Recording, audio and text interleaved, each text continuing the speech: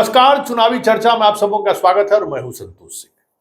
और आज हम चुनावी चर्चा में बात करने जा रहे हैं कि देखिए 40 में 40 सीट का दावा बीजेपी भले कर रही हो, परिणाम क्या आएगा कहना मुश्किल है, लेकिन हम इतना जरूर कह सकते हैं कि बिहार में एनडीए के तमाम नेता जितने हेलीकॉप्टर पर बैठ कर दिन भर जाते हैं चुनावी सभा को संबोधित करने, उन तमाम नेताओं के दिन भर में जितना भीड़ जुटता है ना, उन तमाम भीड़ पर तेजस्वी का भीड़ भारी दिख रहा है।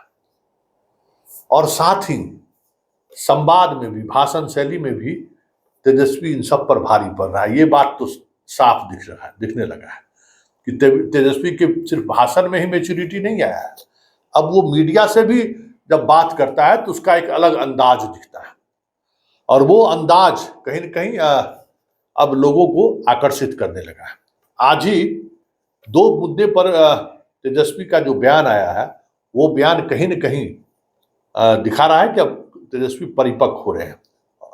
इतना ही नहीं, आज की सभा में भी उन्होंने जिस तरीके से लोगों को जोड़ने की कोशिश किया है, चाहे वो चिराग हो, चाहे सम्राट हो, नीतीश कुमार की तो बात ही छोड़ दीजिए, न उतना भीड़ उन लोगों की सभा में जुट रही है, टेबल कुर्सी लगा कर लोग बैठ के भाषण दे दिए जा रहे हैं, जितना भीड़ तेजस्वी में जुट रहा है। तो जरा तेजस्वी का आज दो तंज जरा सुनिए और उससे समझिए कि चुनाव प्रचार अब किस दिशा की तरफ बढ़ रहा है।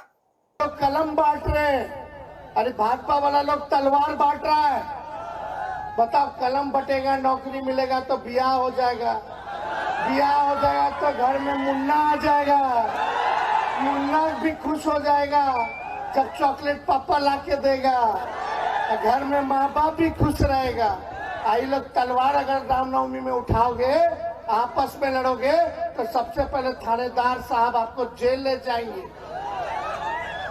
और पूरा घर परेशान रहेगा, माँ बाप परेशान रहेंगे। फिर जाइए थाना में कुछ चढ़ाना होगा, वकील बाबू को कुछ देना होगा, कंगाल हो जाओगे। और लड़की वाला के पास जाएगा कि बेटा से शादी करो, तो लड़की वाला बोलेगा ये तो जेल रह करके आया है, ब्याह भी नहीं होगा, बच्चों नहीं होगा, तो खुशहाली कैसे आएगी?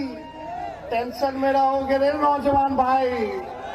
तो कलम बांटने वाले का साथ देना है ना कि तलवार बांटने का। मिल के रहे। भाजपा का मतलब क्या है आज की डेट में? ये लोग 400 पार की बात करते हैं। राम मंदिर मस्जिद, जो गोदी मीडिया और आपका ईडी, इनकम टैक्स, सीबीआई, धन बल, इलेक्ट्रल बॉन्ड टाइप, समझ लीजिएगा। लेवल प्लेइंग फील्ड हो ना, लेवल प्लेइंग फील्ड, तो 100 सीट भी इनको नहीं आएगा। यूपी का सुन लिए। अब जरा राजनाथ सिंह का भी सुन लीजिए। बड़ा इनका स्वाभिमान जग गया है उस नरेंद्र मोदी के लिए, जिस नरेंद्र मोदी के शाह जहां चाहते हैं वहां राजनाथ को अपमानित कर देते हैं। उस अपमान का घूंट पता नहीं कैसे पी पाते हैं, मुझे नहीं मालूम, लेकिन आज ठाकुर का स्वाभिमान जग गया और ऐसा जगह कि लालू परिवार को जेल में भेजने तक की धमकी उड़ने डाले।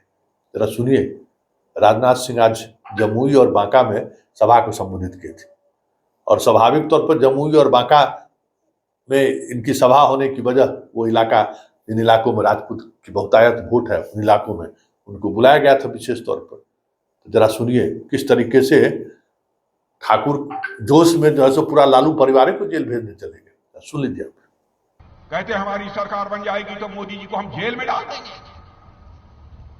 किसने मां का दूध पिया है जो मोदी जी को जेल में डाल देगा? जो जेल में रहे हो, जो जेल में रहे हो, कभी जेल में हो कभी बेल में हो, जो जेल में हो बेल में हो, वो गिरफ्तार करेंगे, अपने को बचाने की वो कोशिश करें।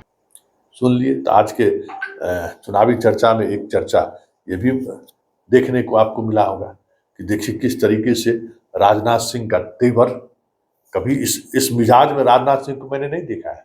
जो आज तेवर उसने मंच पर दिखाने की कोशिश की है। ये समझने वाली बात होगी। और एक और बात कि तमाम विपरीत परिस्थिति के बावजूद भी तेजस्वी बैलेंस अपना नहीं खो रहा है, जबकि प्रधानमंत्री जैसे प्रखर वक्ता तेजस्वी को मछली वाले प्रकरण में घेर चुके हैं, आज राजनाथ भी घेरे, लेकिन वो अपना बैलेंस नहीं बनाए हुए हैं। और ये मुद्दे की बात कैसे हो, उस पर कुछ ज्यादा वो फोकस कर रहे हैं। अब देखना यह है कि इस तमाम राजनीतिक गुना भाग में एनडीए को कितना लाभ 40 में 40 मिलता है, ये तो आने वाला वक्त बताएगा। लेकिन इतना तय है कि तेजस्वी ने बिहार में तो एक लकीर खींच ही डाला है।